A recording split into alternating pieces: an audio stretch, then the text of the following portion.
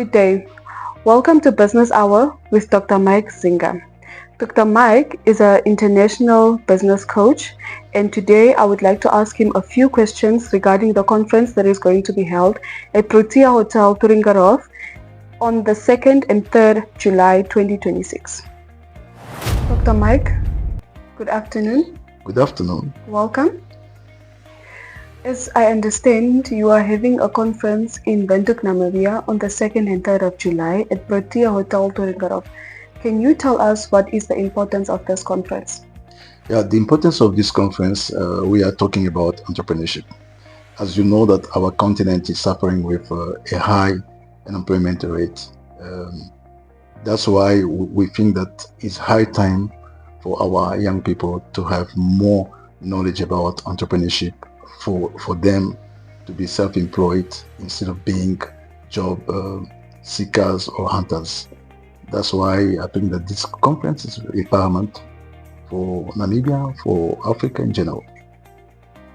Dr. Mike, why do you combine business coaching and Bible scriptures? Oh, thank you. It's a nice question. As a Christian leader, I think that it's paramount for me from time to time to mention about Bible scriptures. As you know, God is the manufacturer of this universe, of this world. And the Bible is a confined book where we find everything. Everything is found in the Bible. So business was made before our existence. So there's nothing new on earth. That's why I use sometimes some scriptures in order to support my statement. Mr. Mike, what is the importance of this conference that is being held to Namibia as well as to the rest of the world? Well, Namibia have an employment rate of 40%. Some say 46. The youth of Namibia need to have more knowledge on entrepreneurship.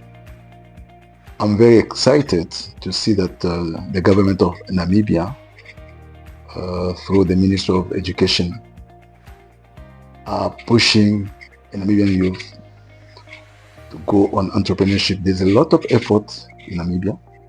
That's why I would like to salute here the government of Namibia, because among many countries in Africa, Namibia is trying very hard about that, very well. So there's a lot of things which the government of Namibia is doing. I think that we cannot have a country of 80% of civil servants. The best way to do is to turn that cycle so that self-employed people can be 80% and civil servant even 40. But if everyone is just willing to become a civil servant, something is wrong. So I think Namibia so far need this background. It's very important. Not only Namibia, Africa in general. There are a few countries in Africa are doing well. Nigeria, Egypt, South Africa, Senegal as well. So there's a lot of improvement vis-a-vis to those countries in terms of entrepreneurship. This conference, I think, is not the first time and is not the last one. And there's a lot of people in Namibia already, and many organizations are working on entrepreneurship. There's some institutions who are busy with it. There's already entrepreneurship in high level, like at NAST, UNAM, IUM, they are doing, and already a lot of students are getting into it.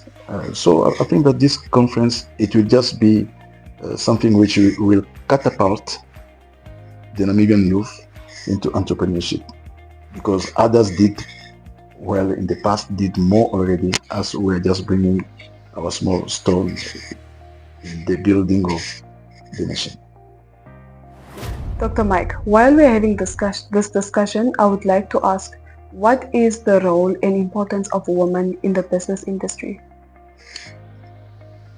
Women, they are our key pillars in our societies, in our families, in Africa in general. If you can see, without women, we are not existing, because women are doing a lot.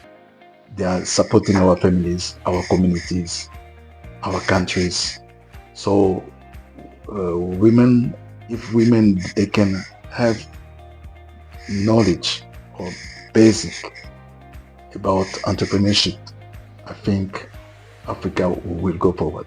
Africa will be developed. I'm so sure, because women are playing a big role, a key role. Even in some places like in Asian countries, we can see how women are playing a crucial role coming to economic development, be it in US, Canada, Europe in general. So African women need to have entrepreneurship skills in order to back up our economy. Dr. Mike, is it more important to be a self-employed person or a civil servant, or to be employed? Okay, if I go back to in the beginning, you can see that God created this universe in 6 days and he rested on the 7th day. In the Bible, even if you go, you'll see that God already created us on his own image as entrepreneurs. So for me, I think that I'm not against for people to be civil servant or employees, but we have to go back in the origin, because it's where God wants us to be entrepreneurs. He wants us to be self-employed, because entrepreneurship is a key factor which can develop yourself, and the community, and why not the country. So in many African countries, civil servants are having something like 80% of the population are civil servants in some countries. That cannot work. So we are in 21st century. Things have to change.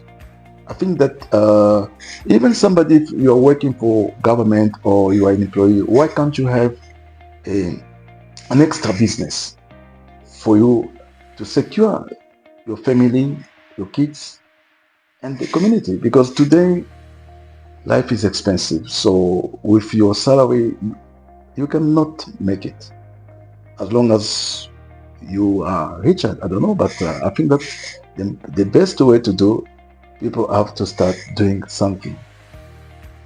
You start your own business, you have some ideas about it, and the banks can accompany you.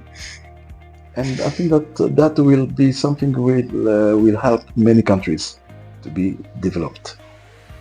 That's why I think that entrepreneurship is a key. It's a key for our countries, for our communities, because as a human being, why can't you add value addition to your community? How can we add value addition to our communities? It's through entrepreneurship. So businesses. I don't know if I've answered your question, but I think that's what I can try to answer for now. Okay. Dr. Mike, why do you think students want to be job seekers rather than job creators? Why do you think when students are being told to go to school, we are not allowed to get that mindset that we can start something of our own? We are rather taught at universities that yes, you can become a doctor, you can become a nurse. But however, becoming that doctor, becoming that nurse means you have to work under somebody. You always have to be under somebody, not a mindset of yes, become your own doctor, own your own practice, and become something for yourself. Okay, you see, this is so crucial, And this started not now, so colonialism, I think, when our countries got independence. So the education system, it was already oriented as such that somebody had to finish, to complete the school, to be graduated, and go now writing CVs to look for jobs and so forth and so on. But currently, this world have changed. We are in 21st century. A lot of things have changed. The Anglophones have put in place a lot of things. I salute NAST with this entrepreneurship program which NAST has started. I think that in the next 20 years, things will change in Namibia. So students, not only in Namibia, but I think in Africa in general, many students are job seekers and job hunters. But this have to be reversed. We have to push students to understand that they can be job creators rather than being job hunters or seekers. As you said, you can see even some students, after they complete their studies, they want to be doctors, but they are going to look for a job. I know the big employer in the world is government, but we can also push the private sector to employ more, and why not government can also trust SMEs in order to push youth or young people to start their own businesses in order to be the backbone of our economy. I think that is very crucial, it's very important. We have to change our vision, the way we are seeing our countries in 20 years to come, in 30 years to come, because Africa is where the growth will be in the next 50 years. So let's our country start now. Let our education system be oriented to entrepreneurship so that things can change. How can we expect more if our students, after they complete their studies, they are more job seekers, job hunters than job creators? I think this have to change, but it will not change overnight. Bit by bit, I'm so sure that things are changing in many countries in Africa.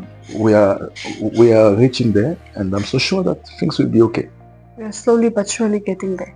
Yes. I am Esna Houses. Thank you for joining me and Dr. Mike Zinga on Business Hour. We hope to see you soon on our next program.